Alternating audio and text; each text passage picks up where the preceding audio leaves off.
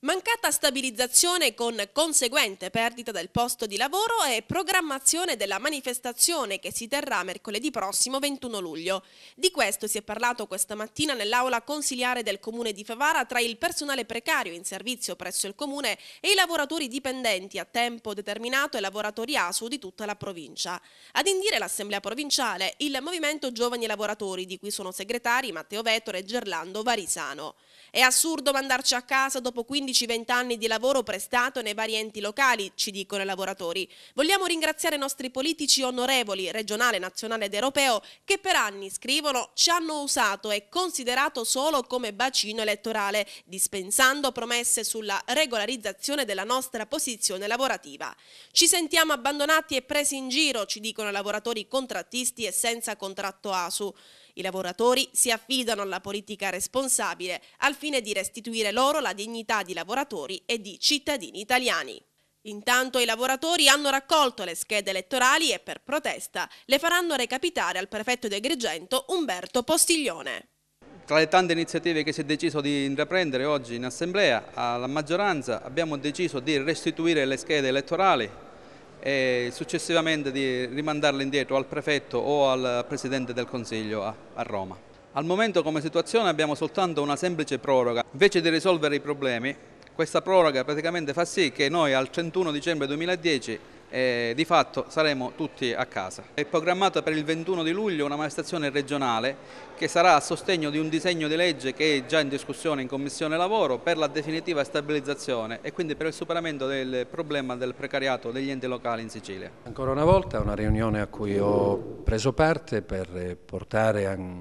per l'ennesima volta non solo la mia solidarietà, ma per cercare di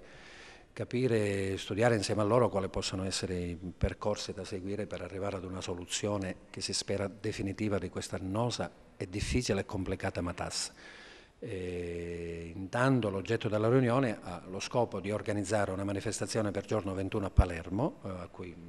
ovviamente prenderemo parte anche noi assieme a tutti gli altri per risollecitare ancora una volta i nostri governanti regionali, sperando che vada in porto quantomeno questa deroga al rinnovo dei contratti per un anno, quindi andrebbero quelli che scadono prima a prorogarsi fino al 31 di dicembre del 2011, però nelle more bisognerà fare il possibile per trovare una soluzione alternativa. La soluzione alternativa non può pensarsi ad un'ulteriore proroga, ma quantomeno a una procedura di stabilizzazione che preveda un contributo e una partecipazione economico-finanziaria da parte della Regione, perché i comuni da soli ovviamente non saremo in grado economicamente di farlo e ritorneremo a sforare, se no,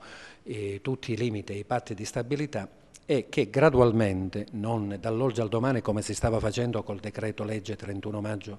del 2010 numero 78, ma che gradualmente dia la possibilità di stabilizzarli, farli fuoriuscire dal precariato, ma soprattutto con un futuro certo. Una delle possibili soluzioni, per esempio, che io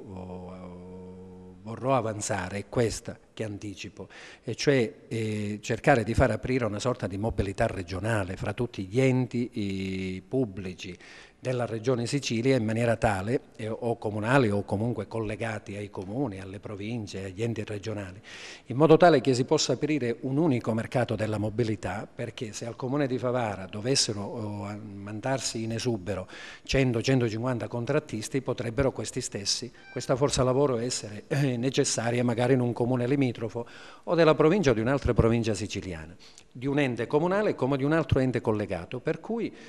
potrebbero avere un canale preferenziale in modo da evitare che i contratti scadano, che possano essere licenziati e quindi trovare un'opportunità di lavoro in un altro ente.